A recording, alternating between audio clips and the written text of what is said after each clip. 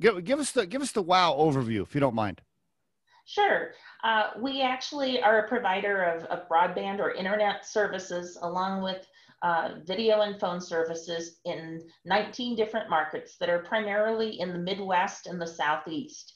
So we are headquartered here in Denver, but we don't actually have customer operations here in Colorado. It's just a quirk of the history of where the entrepreneur who founded the company wanted to start the company.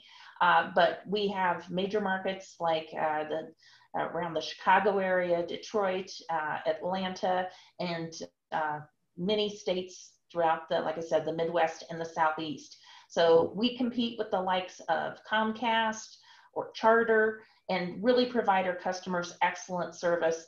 And in fact, for 2020, we were named Cable Operator of the Year. What? Congratulations. All right. Yeah.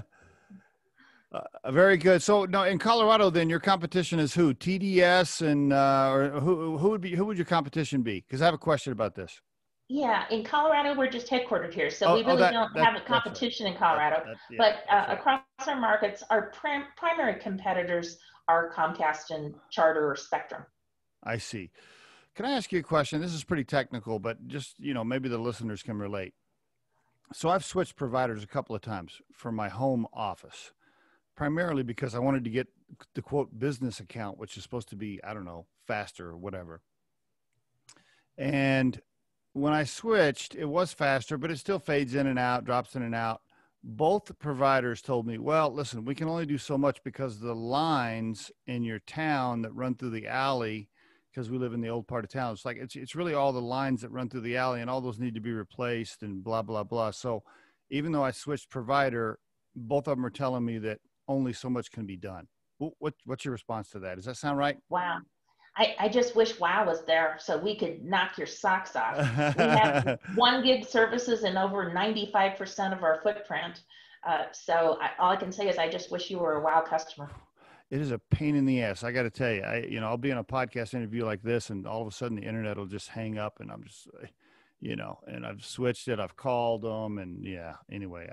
One of the other services we provide that could help you out too is a whole home Wi-Fi service, which is a terrific device that's a mesh network for inside your home that makes sure that you're getting the best speed inside your home, no matter where your studio, your office is within your home. So that could be something that helps too. Now, is that free if you were a guest on the Riderflex podcast? Is that free for me? I'm just playing. We'll look into that. I'm just joking around. So you're CEO there. How many employees? We have about 2,000 employees. Wow. Throughout all of our footprint, not just in Colorado. Is that your biggest responsibility so far in your career, 2,000 employees, CEO? No? No, I think this is kind of a fun size company because we can be very nimble and agile. I know it sounds like a pretty decent sized business, but as large operators and cable companies go, we're actually not that big. I've had organizations as large as 18,000 people. Okay. But do you want to grow it to 18,000 people? Is that the plan? Not necessarily. I think we have a good size.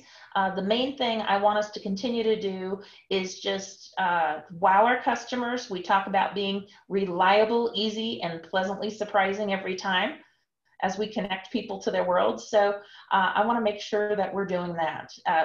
We always balance the needs of customers, our own people, and the investors in all the decisions we make. Very good. How did you get there? Did you get recruited? Did you know somebody? How'd you get over there? I was actually recruited. So a wonderful friend of mine has a recruiting firm in this industry, and she reached out to me and said, this could be a very cool job and a good match. I knew something about the legacy of WOW and its reputation for customer service, which was very attractive to me.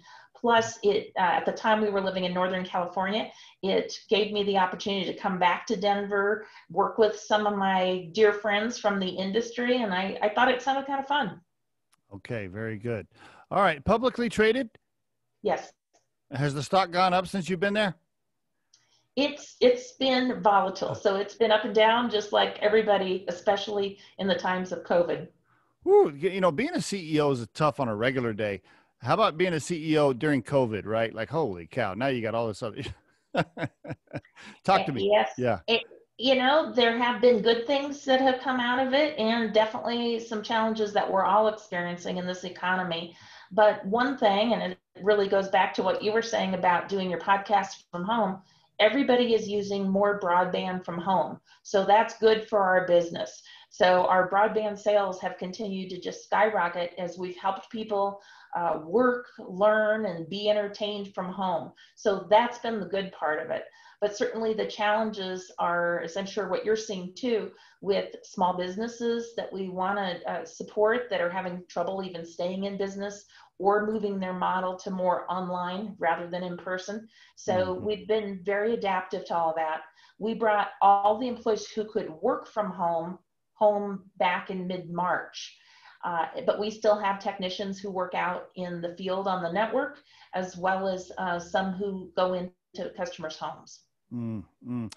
What are you going to do when everybody can come back to the office? Do you prefer everybody to be in the office if they can, or do you like the remote? What's your take on that as a CEO? Right. We do a lot of things to really make sure we're continually listening to our people as well as watching how their engagement is and what's happening with productivity. And we've been delighted to see how pleased people are with the model of working from home, whether they're in a call center environment but doing it from home, or our network operations center, or the head of marketing. Uh, People are really adapting well to this, and we're also very pleased with the productivity that we've seen. So I think we're going to be doing more work from home, certainly than we did before. And that gives us the opportunity to rethink our office space. If you think today's tip or guest interview can help someone you know, please share this with them.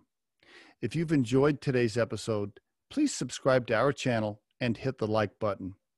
If you're listening on YouTube, don't forget to hit that little bell next to the subscribe button so you can be notified when we release a new episode. Our show features entrepreneurs, business executives, and the stories behind how they got there, as well as daily tips on career advice and job interviews. You can visit riderflex.com to learn more about us and get information on the recruiting and consulting services we provide. Thanks so much for listening, and have a great day.